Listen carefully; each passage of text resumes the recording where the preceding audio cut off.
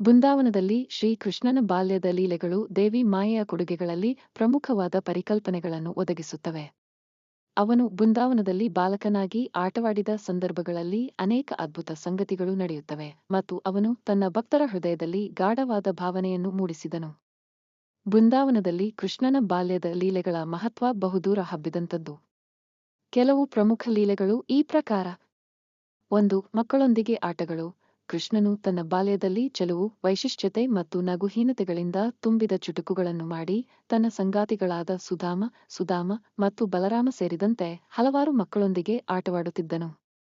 ಅವನು ಈ ಆಟಗಳಲ್ಲಿ ದೇವಾಲಯಗಳಲ್ಲಿ ಪ್ರತಿಷ್ಠಿತವಾದ ವ್ಯಕ್ತಿತ್ವವನ್ನು ಸೂಚಿಸುವುದರೊಂದಿಗೆ ತನ್ನ ಸಹೋದರನೊಂದಿಗೆ ಬಹುಮಾನಗಳನ್ನು ಕದ್ದುಕೊಳ್ಳುತ್ತಿದ್ದನು. 2. ಮಕ್ಕಳನ್ನು ದುಷ್ಟರಿನಿಂದ ರಕ್ಷಿಸುವುದು. ಕೃಷ್ಣನು ತಾನು ಆದರ್ಶವಂತನೆಂಬುದನ್ನು ಪ್ರಪಂಚಕ್ಕೆ ತೋರಿಸಲು ಹನುಮಂತನಂತೆ ಅಮೋಘ ಶಕ್ತಿಯೊಂದಿಗೆ ಹಲವಾರು ದುಷ್ಟರೊಡನೆ ಹೋರಾಡಿದ್ದನು.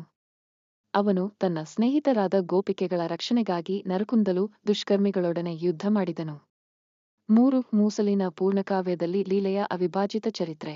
ಕೃಷ್ಣನು ತನ್ನ ತಂದೆ ಮೋಹನ ಮತ್ತು ಅಲ್ಲಿ ಸಹೋದರಿ ದೇವಕಿ ಕುರಿತಾದ ಕಪಟಗಳಿಗೆ ಮುಚ್ಚಲು ಅನುಸರಿಸಿದ ಮಾಯೆಯ ಮೂಲಕ ತಮ್ಮ ಮೌನವನ್ನು ಸಾಗಿದನು. 4. ಗೋವರ್ಧನ ಗುಹೆಯ ಚಾತು. ಕೃಷ್ಣನು ಬೃಂದಾವನದಲ್ಲಿ ಇದ್ದು ಗೋವರ್ಧನ ಪರ್ವತವನ್ನು ತನ್ನ ಬೆರಳಿನಲ್ಲಿ ಎತ್ತಿದನು. ಇದನ್ನು ಬ್ರಹ್ಮಪುರಾಣದಲ್ಲಿ ಅದ್ವಿತೀಯತೆಯ ಅಂತೂ ವ್ಯಾಖ್ಯಾನಿಸಲಾಗಿದೆ. ಆದ್ದರಿಂದ ದೇವತೆಗಳು ಮೊತ್ತಮೊದಲಿಗೋ ಅದರ ಮೂಲಕ ವಿಷಾದವಾಗುತ್ತಿದ್ದರು. 5. ಮಾಧುರ್ಯ, ವೈಶಿಷ್ಟ್ಯ ಮತ್ತು ನರ್ತನಾ ಕಲಾ. ಕೃಷ್ಣನು ಸಂಸ್ಕೃತಿಯ ಪ್ರಾಧಾನ್ಯವನ್ನು ಗಮನಿಸಿದಂತೆ ಪರಮಪದವಾಗಿ ಆಶ್ರಯಪಡುವತುವನ್ನಾಗಿಯೂ ವಿವಿಧ ಮನೋರಂಜನೆಗಳಲ್ಲಿ ತೊಡಗಿದನು. Thank you for watching video. Pulse subscribe the channel.